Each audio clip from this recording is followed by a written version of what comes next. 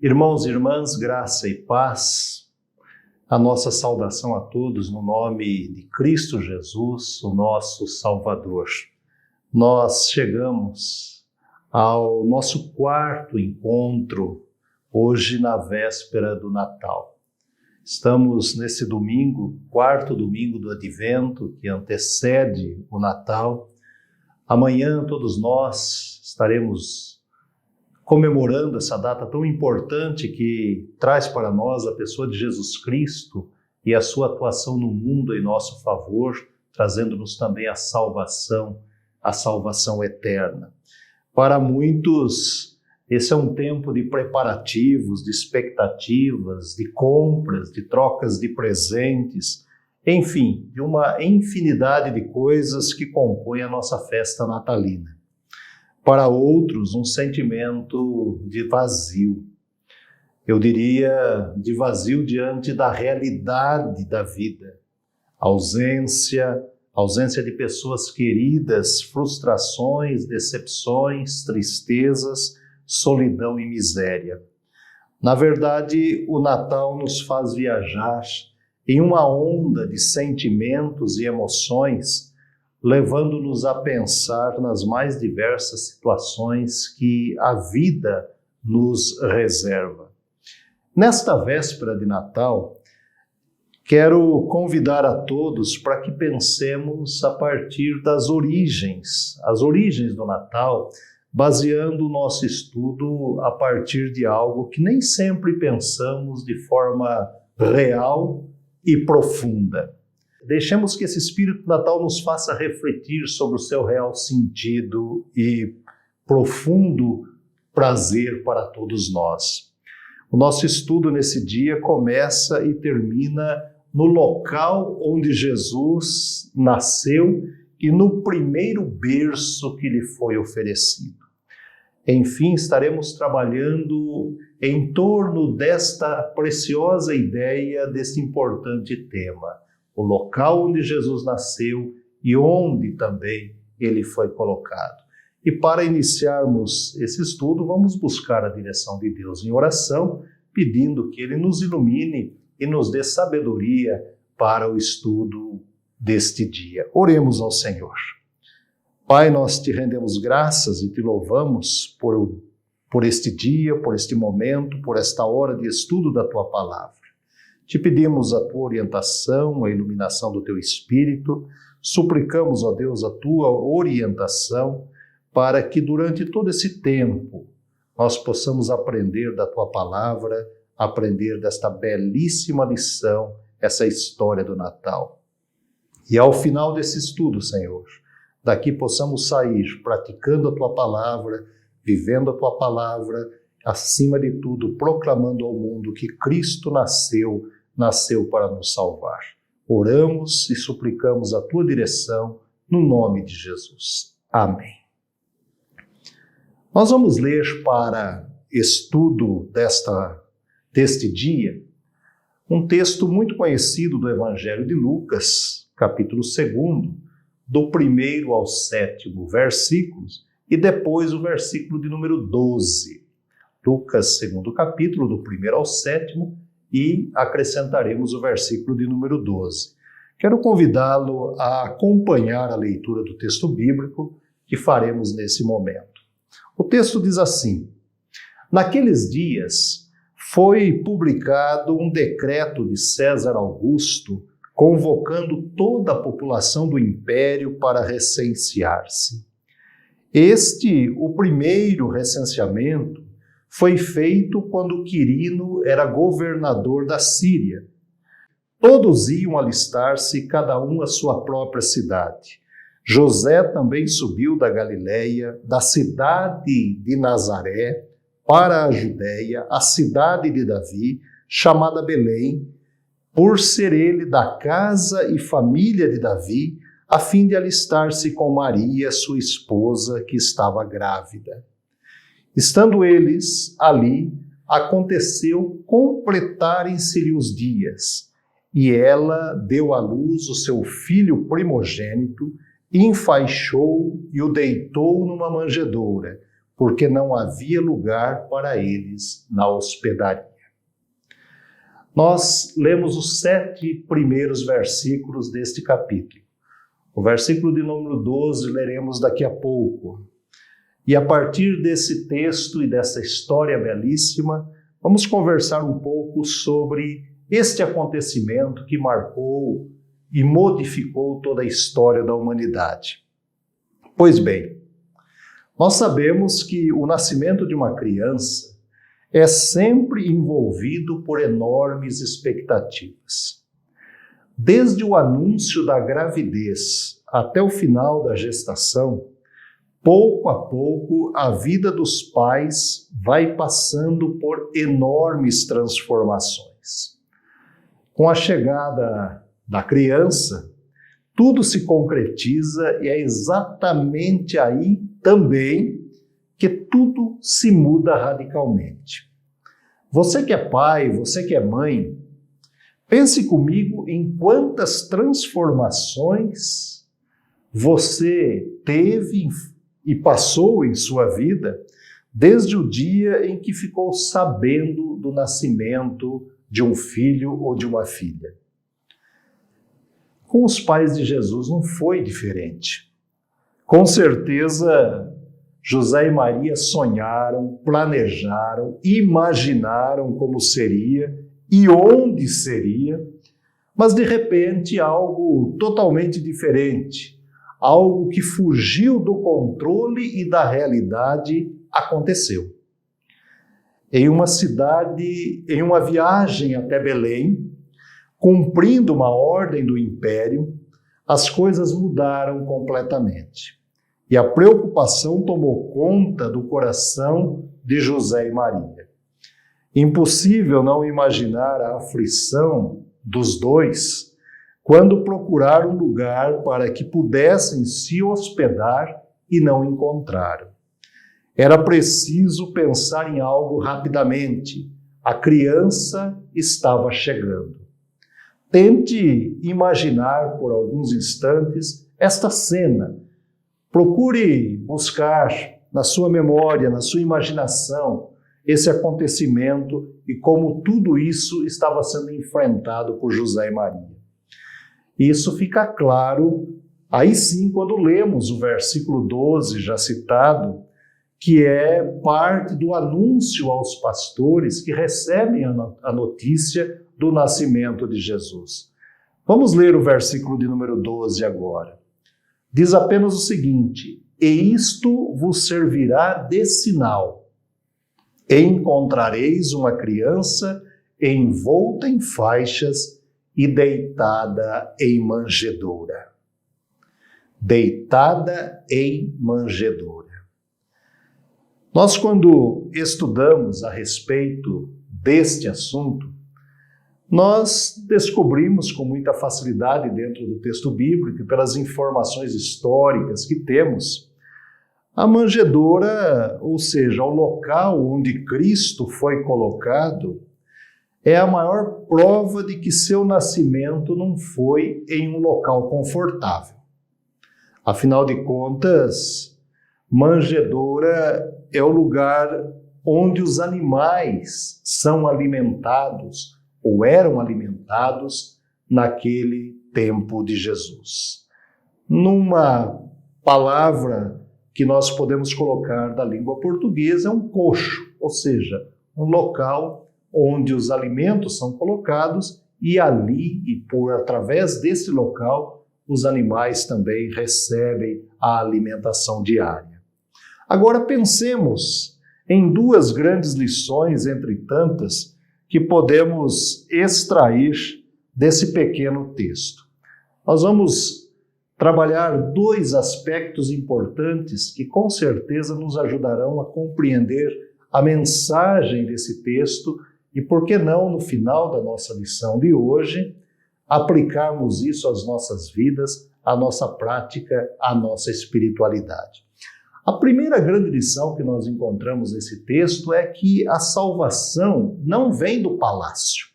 A salvação não vem do palácio. Quando lemos o texto, percebemos que, contrariando todas as previsões humanas, Jesus nasce em um local que por ninguém era imaginado. Ele nasce em meio aos animais. Os animais presenciaram tão grande acontecimento. Os animais foram os primeiros a presenciar a chegada do Salvador, o nascimento do Salvador.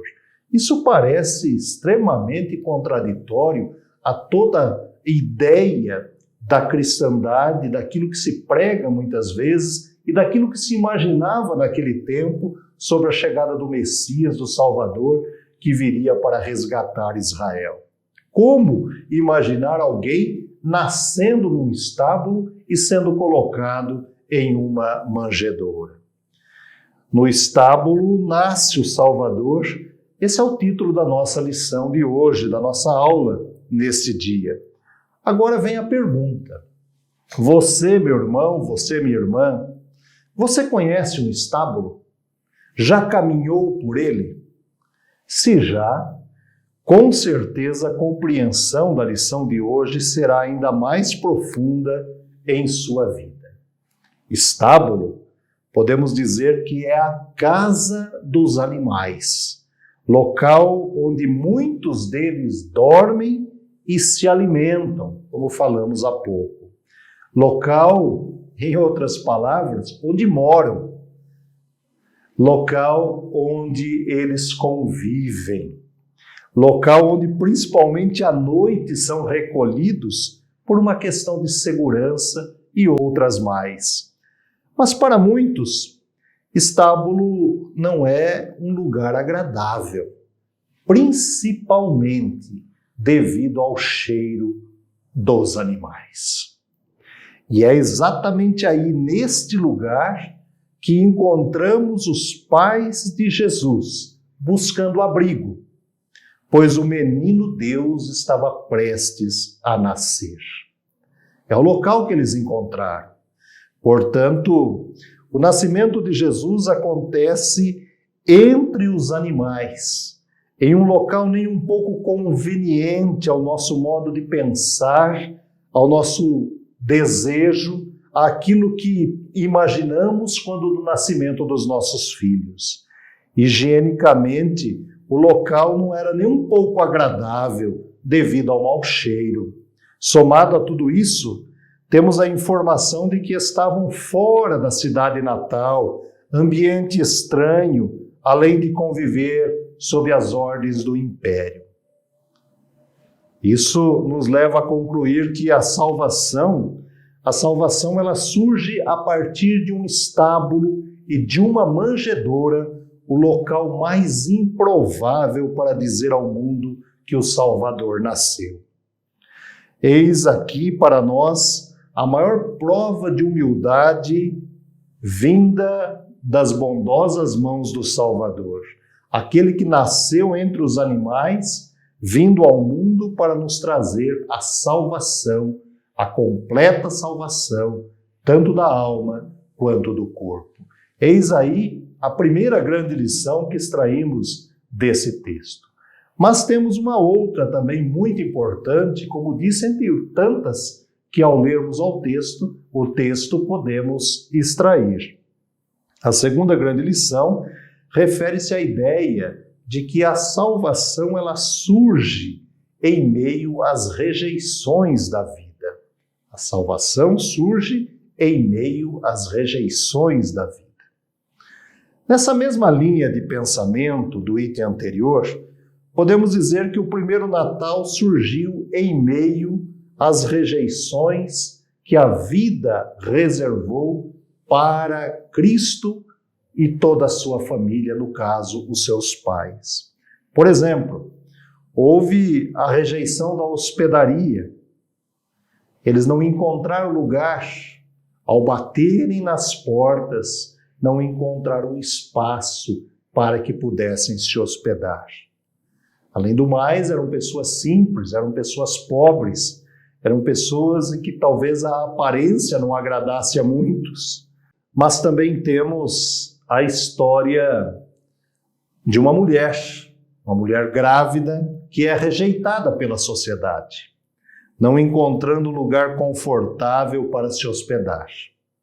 Na história de Jesus, encontramos o Mestre, a salvação encarnada, sendo rejeitado pelas autoridades políticas e religiosas, dizendo que não tinha lugar para reclinar a sua cabeça. Vale a pena lermos aquilo que o próprio Cristo disse em um determinado momento de seu ministério. Momento esse registrado pelo evangelista Lucas, no 9º capítulo, versículos 57 e 58. Vamos ler esse texto, esta fala de Jesus. A história diz assim: indo eles caminho fora, alguém lhe disse: seguir-te-ei para onde quer que fores.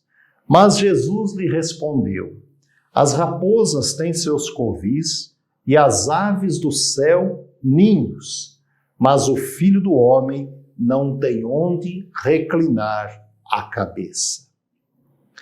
O Natal do Cristo que nasceu em um estábulo não é o Natal da rejeição. Pelo contrário, Cristo nasceu para eliminar do nosso meio todo tipo de rejeição.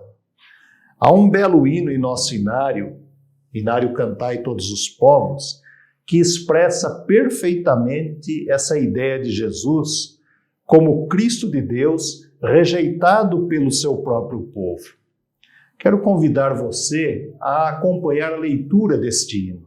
Vale a pena lermos esta poesia e veremos que a autora deste belíssimo hino descreve em detalhes a rejeição que foi dada a Jesus diante de toda a sua vida, perante o povo e em todo o seu ministério também.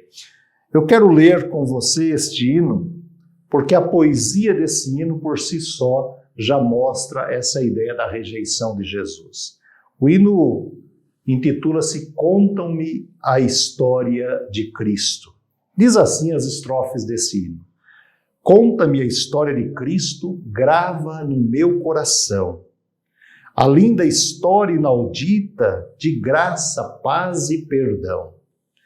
Conta como ele, encarnando, veio no mundo morar e aos pecadores indignos de Deus o amor revelar. Conta como ele, bondoso, nunca ninguém rejeitou, como de mãos estendidas todos a si convidou.